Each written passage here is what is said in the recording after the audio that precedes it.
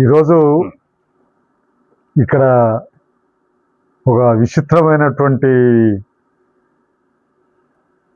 మిషన్లను చూస్తున్నాం. మనం పాతకాలాన్ని చూసినప్పుడు పసర ఆకులతోటి వైద్యాలని బాగు చేసుకునే వాళ్ళం. ఈ జాయింట్ నొప్పులు కానీ, మెడ నొప్పులు కానీ, తలనొప్పులు కానీ, నడుము నొప్పులు కానీ వీటన్నిటికి కూడా పసర రాసి వాటిని తగ్గించుకోవటం కోసం ప్రయత్నం చేసేవాళ్ళం. అది ఆనాటి పరిస్థితి. ఈనాడు టెక్నాలజీ పెరిగింది, వాతావరణంలో మార్పులు పెరిగినాయి. ఈ రకమైనటువంటి మార్పులకు అనుకూలమైనటువంటి వైద్యం ఇక్కడ మన దగ్గర ఉందా అంటే లేదని చెప్పాలి. ఇలా ఈ హాస్పిటల్కి సంబంధించిన విషయానికి వస్తే కొత్తగా ఇది వచ్చింది. దీన్ని తీసుకురావడానికి జరిగిన ప్రయత్నం అంతా కూడా మన డాక్టర్లు ఇక్కడ ఉన్నటువంటి 3 అన్నదమ్ములట. మరి కుటుంబం అంతా డాక్టర్లే. ఈ రకంగా వైద్యానికి సంబంధించినటువంటి ప్రక్రియ పెరుగుతున్న టైంలో టెక్నాలజీ పెరిగింది, వస్తువులు పెరిగాయి, ఇవన్నీ పెరిగాయి. ఏదైతే మొత్తానికి మనిషి బతకటానికి కావాల్సినటువంటి ప్రయత్నాలు కొనసాగుతున్నాయి, ఇంకా డెవలప్ కావాల్సిన అవసరం ఉంది. ఇవాళ ఇప్పుడు ఇందాకే చెప్పాడు డాక్టర్ గారు, ఢిల్లీలో ఎక్కడున్నా ఒక దగ్గర ఉందట ఈ మిషన్.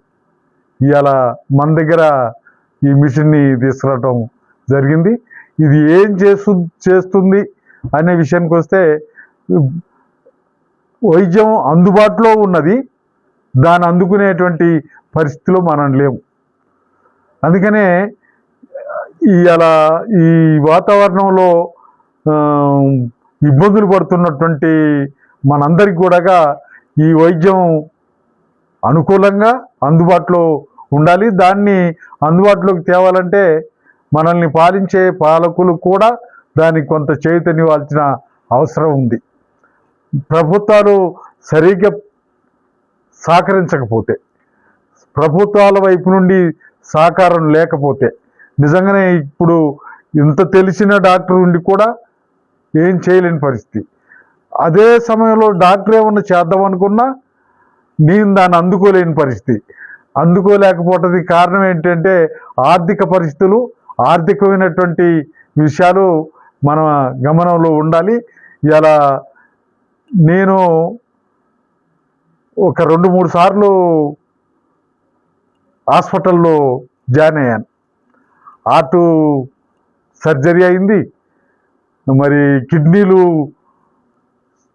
చెడిపోయినాయి అని చెప్పి వైద్యం మొదలైంది.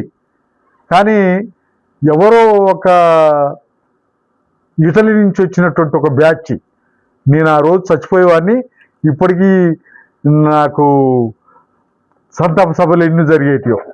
కానీ ఆ పిల్లలు మొత్తానికైతే యూత్, వాళ్ళు పెద్దోళ్ళు కాదు, పెద్ద డాక్టర్లు కాదు, వాళ్ళు వచ్చి హాస్పిటల్లో ఉన్నారు. నాకు కిడ్నీ మీద దాన్ని నొప్పిపడి ఇబ్బంది పడుతున్న టైంలో వాళ్ళు వచ్చారు. వాళ్ళు వచ్చి డాక్టర్లని, ఏంటి ఈ మనిషి ఏమనుకున్నారు, ఈ హాస్పిటల్ మంచి హాస్పిటల్, పెద్ద హాస్పిటల్, మీరు ఈయన ఏదన్నా అయితే ఈ హాస్పిటల్ సంగతి ఏంది, మీ అసలు డాక్టర్లు అనుకునే వాళ్ళ సంగతి ఏంటి అని వాళ్ళు బాగా ఇదయ్యారు. మన హాస్పిటల్ వాళ్ళు వారం రోజులు చేసినటువంటి టెస్టుల్ని అర్ధగంటలో చేశారు. మరి అదేంటో ఆ టెక్నాలజీ అర్థం కాలే. మొత్తానికి నన్ను అడుగుతున్నారు, నాకు మత్తుమందు ఇవ్వాలట. ఆ మత్తుమందు హైదరాబాద్ మొత్తం చూసినా దొరకలే. ఒక డోసు గాంధీ హాస్పిటల్ దొరికితే దాంతో చేస్తూ వాళ్ళు, నరసయ్య గారు మీరు ఎందుకు వచ్చారు హాస్పిటల్ కంటే నేను చెబుతున్నా వాళ్ళతోటి. వాళ్ళని అంటున్నారు, అసలు డాక్టర్లు నా దగ్గరికి చాలామంది డాక్టర్లు మీలాంటి వాళ్ళందరూ చూసి ఆ హాస్పిటల్ డాక్టర్లు తయారు చేసేటువంటి కాగితాలను చూసి, అరే అంత బాగున్నాయి, ఎందుకు ఈ కిడ్నీ ఇది చేస్తున్నారు అని చెప్పి వాళ్ళు 16 రోజులు నన్ను ఆ విధంగా చేశారు. నాకు అప్పుడు మనోళ్ళు మన డాక్టర్లు చూసి చెప్పిన దాన్ని బట్టి ఈ డాక్టర్ల మీద నమ్మకం పోయింది. ఆ తర్వాత లాస్ట్ నాడు వచ్చినటువంటి ఇటలీ నుంచి వచ్చారట వాళ్ళు, 6 నెలలకు ఒకసారి వస్తారట. వాళ్ళు వచ్చి చూసి ఎందుకు వచ్చారు ఏంటని నేను విషయం అంతా చెప్పాను. నా తల తిరుగుతుంది, ఏం తిన్నా కానీ వామిటింగ్స్ అవుతుందండి, అందుకోసం వచ్చానంటే వాళ్ళు ఆ జబ్బుని గమనించి ఆ జబ్బుకు సంబంధించిన మందులు ఇచ్చి నన్ను బయటపడేశారు. లేకపోతే ఇప్పటికీ మీ ముందు అమరునిగా ఉండేవాడిని. అట్లా మొత్తానికి ఇవాళ ఒక డాక్టర్ గారు చనిపోయాడు, తెల్లవారుజామున చనిపోయాడు, రాఘవయ్య గారని. ఆయన నా కారులో చిన్న గడ్డ మార్చేందుకు వచ్చింది. నేను ఎంతమంది డాక్టర్ల దగ్గరికి వెళ్ళాను, డాక్టర్లు అందరూ నాకు తెలుసు, నేను డాక్టర్లకు తెలుసు. దాన్ని ముట్టకూడదండి అంటారు, నేను 4 నెలలు దాంతో ఇబ్బంది పడ్డాను. ఈ రాఘవయ్య గారు వచ్చి ఏం చేసిండంటే దానికి రంధ్రం పెట్టేసి వచ్చేసాడు. వారం రోజుల్లో నేను మళ్ళా నడవటానికి ప్రయాణాలు చేయటానికి వీలైంది.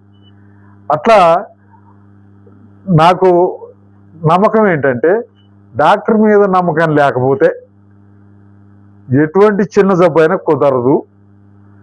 డాక్టర్ మీద నమ్మకం ఉంటే నమ్మకం సగం అయిపోయింది. అసలు ఆ జబ్బు కాదు. మీకు ఇటలీకి మంచి కనెక్షన్ ఉన్నట్టు, ఇది ఇటలీ మిషన్ విషయానికి వచ్చినప్పుడు నేను నిజంగానే నాకు ఆర్టు జరిగినప్పుడు 4 లక్షలు అన్నారు. 4 లక్షలు నా దగ్గర లేవు.